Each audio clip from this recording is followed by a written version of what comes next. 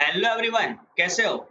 I'm damn sure that you must be fine and spending some of the quality time.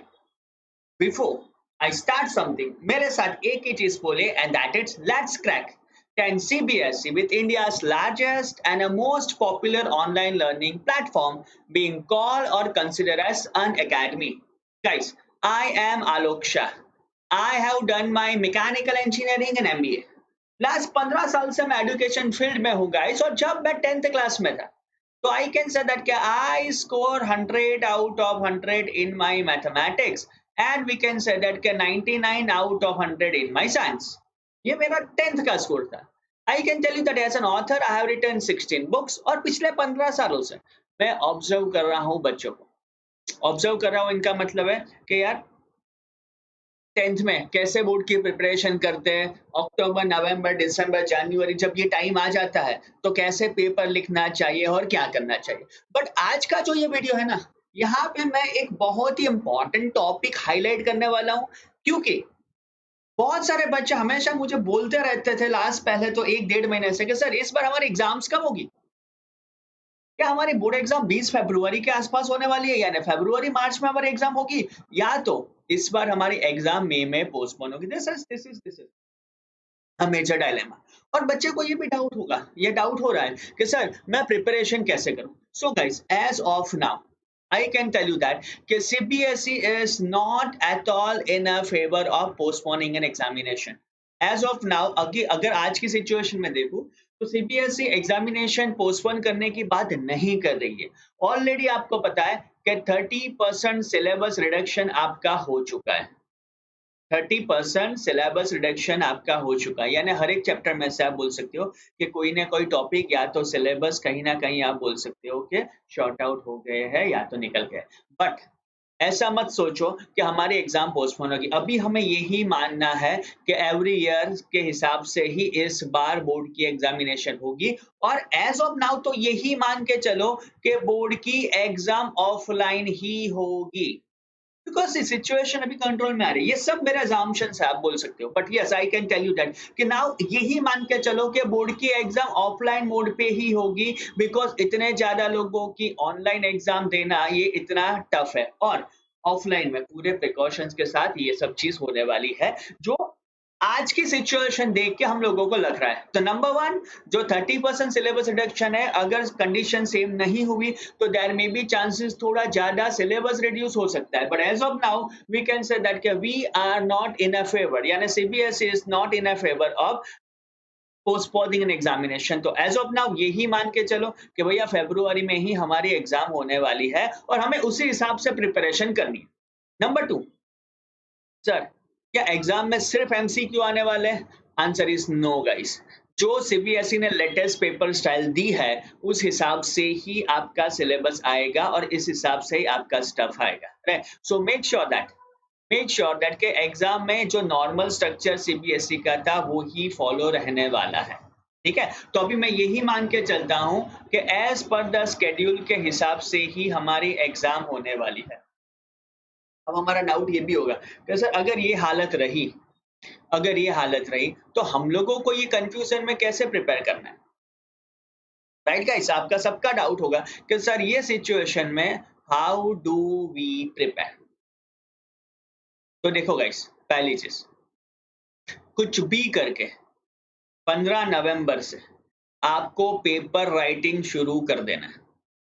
15 नवंबर से कुछ भी करके आप सबको पेपर राइटिंग करना शुरू कर देना है। उसमें डिले मत करो। मैं तो ऐसा बोल सकता हूँ कि नवंबर 1 से शुरू कर दिया होता तो वो ज़्यादा अच्छा रहता, बट ये होना चाहिए। नो मैटर, आपका सिलेबस शायद खत्म नहीं हुआ होगा। आप बोलोगे कि सर चैप्टर पेंडिंग है, सिलेबस खत्म नहीं हुआ। That is fine guys. Suppose आपका सिलेबस 70% कंप्लीट हुआ है तो भी आप पेपर लिखो। आपको पता होगा ना कि भई मेरा जो चैप्टर बाकी है उसका बोर्ड पे वेटेज इतने मार्क्स का है। ठीक है? तो उसको निकाल के बाकी को प्लान आउट करो। बट अभी it's a high time guys, ये करना पड़ेगा, ये करना पड़ेगा।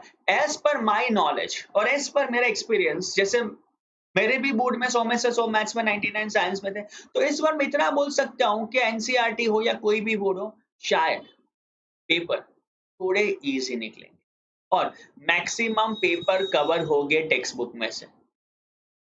ये ऐसा लग रहा है एज ऑफ नाउ, अगर हम सिचुएशन देखते हैं तो कंपैरेटिवली पेपर इजी हो गया, ज्यादातर चीज टेक्स्ट बुक में से ही होगी। एज वेल एज आप बोल सकते हो कि जो उन्होंने सिलेबस प्रिस्क्राइब किया है उसी हिसाब से काम होगा, because everyone understand the situation कि भाई पैंडेमिक है, बच्चों को ऑनलाइन में दिक्कत आ रही थी, वो सब मान के चलो, बट ऐसा मत मानो कि let us take this thing relax.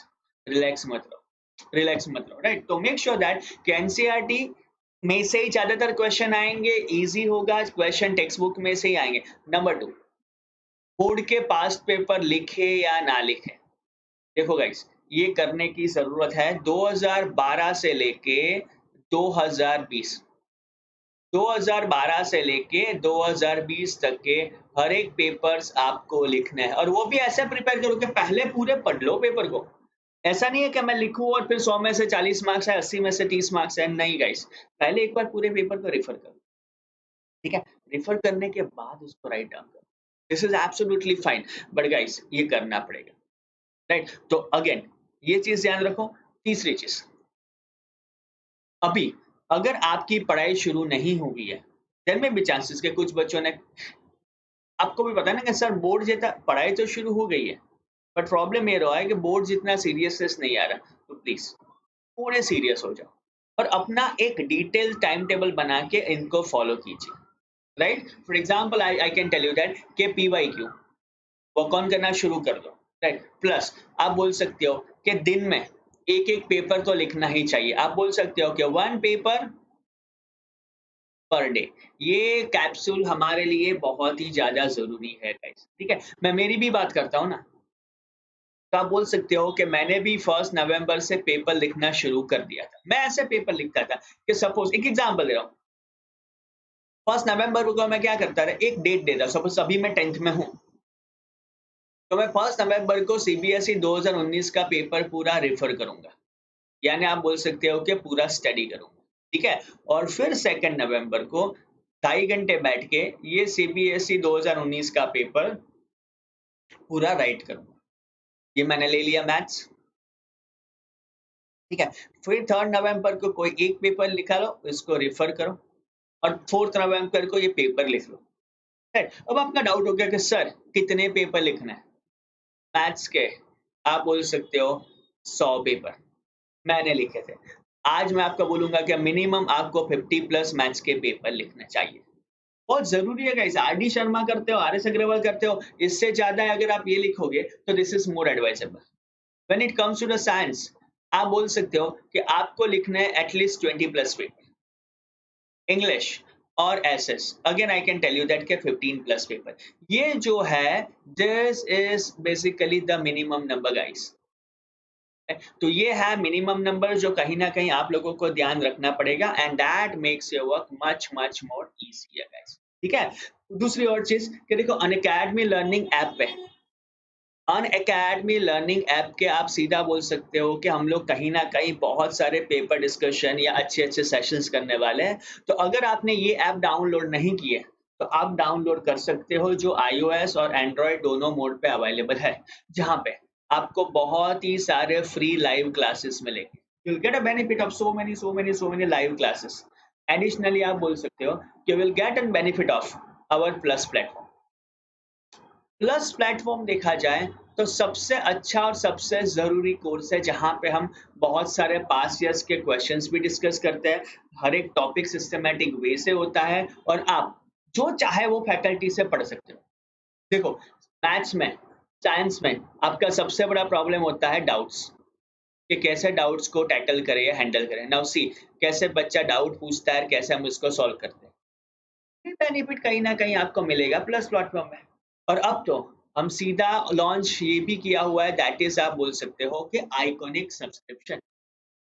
Class 9th और 10th के लिए we have launch an iconic subscription, जिसका सबसे बड़ा फायदा ये होता है कि you will be getting your personal mentor, parent connect हो सकता है डायरेक्टली, बहुत सारे डाउट क्लियरिंग सेशन, और जो प्लस के बेनिफिट है वो बेनिफिट तो आपको मिलने ही वाले हैं। So that makes your task and work much more easier guys.